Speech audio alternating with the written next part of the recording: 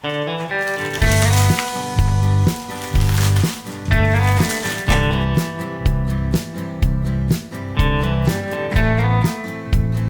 Friends, welcome to Madras சமையல்.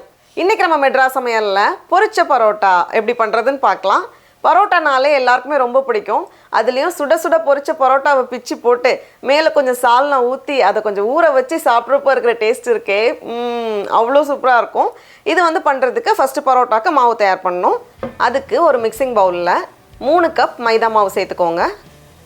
கூடவே 1 teaspoon சர்க்கரை, 1.5 டீஸ்பூன் உப்பு, இல்லை தேவையான அளவு எல்லாத்தையும் சேர்த்துட்டு நல்லா ஒரு வாட்டி கலந்ததுக்கப்புறமா நடுவில் சின்னதாக ஒரு பள்ளம் தோண்டி இதில் வந்து 1/4 கப் பால், கூடவே கொஞ்சம் கொஞ்சமாக தண்ணி சேர்த்து கொஞ்சம் சாஃப்டான மாவு பதத்தில் நம்ம கலந்து வைக்கணும். ரொம்ப தண்ணி ஆகிடக்கூடாது, அதே நேரம் ரொம்ப திக்காக ஸ்டிஃபாகவும் இருக்கக்கூடாது. கொஞ்சம் சாஃப்டாக நம்ம கலந்து வைக்கணும். பாருங்கள், இந்த மாதிரி வந்ததும் இதை வந்து ஒரு ஒர்க் சர்ஃபேஸில் மாற்றிட்டு 10 நிமிஷம் போல் நம்ம நல்லா இழுத்து இழுத்து பிசையணும். அப்போ தான் வந்து நல்லா ஸ்ட்ரெச்சியாக வரும். இந்த மாதிரி ஒரு 10 நிமிஷம் நல்லா பிசைஞ்சு வச்சுருக்கேன். இப்போ இதை வந்து ஒரு பவுலில் மாற்றிட்டு 1 டேபிள் ஸ்பூன் போல் எண்ணெய் சேர்த்துட்டு நம்ம உள்ளே கலந்து விடணும். ஃபஸ்ட்டு வந்து கொஞ்சம் சேராத மாதிரி தான் இருக்கும். 2 நிமிஷம் நம்ம வந்து பிசையும் போது எல்லா எண்ணெயும் உள்ளே போய் நல்லா ஸ்மூத்தாக வரும். பாருங்கள், இந்த மாதிரி நல்லா ஸ்மூத்தாக வந்ததும் 1 டேபிள் ஸ்பூன் போல் எண்ணெய் சேர்த்துட்டு இதை வந்து மூடி வச்சு கொஞ்சம் நேரம் ஊற வைக்கணும். 1லேருந்து 4 மணி நேரம் போல் அப்படியே இருக்கட்டும். பரோட்டாவை பொறுத்த வரைக்கும் நம்ம மாவை ஊற வைக்க தான் நல்லா சாஃப்டாக வரும். அதனால் முடிஞ்ச வரைக்கும் 2 மணி நேரம் ஊற வச்சுக்கோங்க. அப்போ தான் பரோட்டா நல்லா சாஃப்டாக கிடைக்கும்.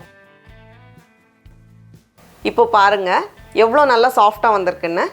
இதை நான் இன்றைக்கி வந்து 8ஆக பிரிக்க போகிறேன். 8லேருந்து 9 வந்து நம்ம கரெக்டாக இருக்கும். இந்த மாதிரி கையில் வச்சு நம்ம இந்த மாதிரி ப்ரெஸ் பண்ணும்போதே அழகாக ஒரு பால் மாதிரி வரும். நல்லா ஸ்மூத்தாக இருக்கணும். அதனால தான் நம்ம இந்த மாதிரி ப்ரெஸ் பண்ணுறோம். இதை வச்சுட்டு மறுபடியும் காயாமல் இருக்கிறதுக்காக கொஞ்சமாக எண்ணெய், ஏற்கனவே அந்த பாத்திரத்தில் எண்ணெய் இருக்கும், இல்லை எல்லாத்துக்கு மேலே லைட்டாக எண்ணெய் தடவிட்டு இன்னும் ஒரு அரை மணி நேரம் போல் ஊற வச்சிடலாம், இருக்கட்டும். இப்போது அரை மணி நேரத்துக்கு அப்புறமா இதிலேருந்து ஒன்று எடுத்துகிட்டு நம்ம வந்து விரிக்கணும். கொஞ்சம் எண்ணெய் தேய்ச்சிக்கோங்க, அப்போ தான் ஈஸியாக நம்மளால் விரிக்க முடியும். கை வச்சு விரிக்கிறதா இருந்தால் இந்த மாதிரி நல்லா ஸ்மூத்தாக போகும். நம்ம வந்து ஊற வைக்கலாம் அப்படின்னா இந்த அளவுக்கு ஸ்ட்ரெச் ஆகாது. மெல்லிசாக வர தான் நமக்கு வந்து அந்த பரோட்டா வந்து சாஃப்டாக வரும். அதுக்காக தான் பாருங்கள், இந்த மாதிரி அங்கங்கே ஓட்டை வரும், அது பிரச்சனை கிடையாது. இந்த மாதிரி நம்ம விரிக்கும் போதே எவ்வளோ அழகாக தின்னாக வந்திருக்குன்னு. இப்போ ஒரு சைட்லேருந்து அப்படியே எடுத்து அழகாக சுற்றி வச்சிடலாம். இந்த மாதிரி பாருங்கள், இந்த மாதிரி கை வச்சு விரிக்கிறதுக்கே ரொம்ப ஈஸியாக தான் இருக்கும். அப்படி இல்லைனா நம்ம சப்பாத்தி கட்டை கூட வச்சு விரிச்சிக்கலாம். சப்பாத்தி கட்டை வச்சு விரிக்கும் போது மேலே வந்து ஃபஸ்ட்டு எண்ணெய் தேய்க்க தேவையில்ல, நம்ம விரித்ததுக்கப்புறமா எண்ணெய் தேய்க்கலாம். அப்போ தான் நமக்கு வந்து இன்னும் நல்லா ஈஸியாக இருக்கும். பாருங்கள், இந்த மாதிரி இப்படி நம்ம ரோல் பண்ணும்போது ரொம்ப ஈஸியாக மெல்லிஸாக போயிடும். இப்போ இதில் கொஞ்சமாக எண்ணெய் சேர்த்து எல்லா பக்கத்துலேயும் படுற மாதிரி தேய்ச்சிட்டு அதே மாதிரி தான் இப்படி தூக்கிட்டு சுற்றிட்டோம் அப்படின்னா அவ்வளோதான், ரொம்ப அழகாக வந்துடும். இதே மாதிரி எல்லாத்தையும் ரெடி பண்ணி வச்சுருக்கேன். காயாமல் இருக்கிறதுக்காக மேலே லைட்டாக எண்ணெய் தேய்ச்சிக்கோங்க. எப்போவுமே இது வந்து காயக்கூடாது, காஞ்சதுன்னா நல்லா இருக்காது. அதுக்காக தான் மறுபடியும் இதை மூடி வச்சுட்டு ஒரு 15லேருந்து 20 நிமிஷம் போல் இருக்கட்டும். இப்போது இதுலேருந்து ஒன்று எடுத்து நம்ம அழுத்தும் போதே ஈஸியாக விரிக்க வந்துடும். ரொம்ப மெல்லிசாக விரிக்கணும்னு அவசியம் இல்லை.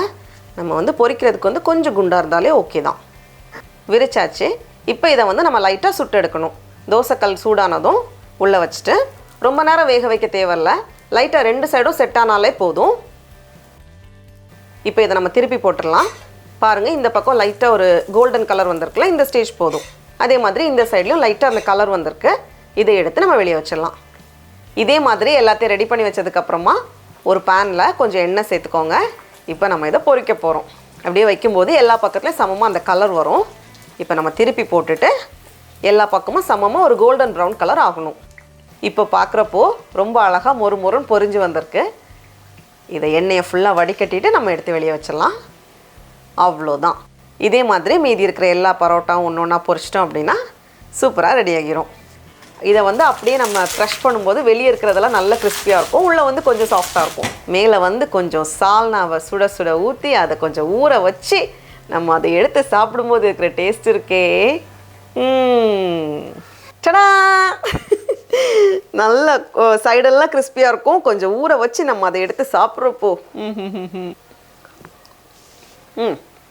அவ்வளோ சூப்பராக இருக்குது. நீங்களும் கண்டிப்பாக அந்த ரெசிபியை வீட்டில் செஞ்சு பாருங்கள். உங்களுக்கு இந்த வீடியோ பிடிச்சிருந்துச்சுன்னா மெட்ராஸ் சமையலுக்கு சப்ஸ்கிரைப் பண்ணுங்கள். நாவின் சுவையரும்புகள் மலரட்டும்.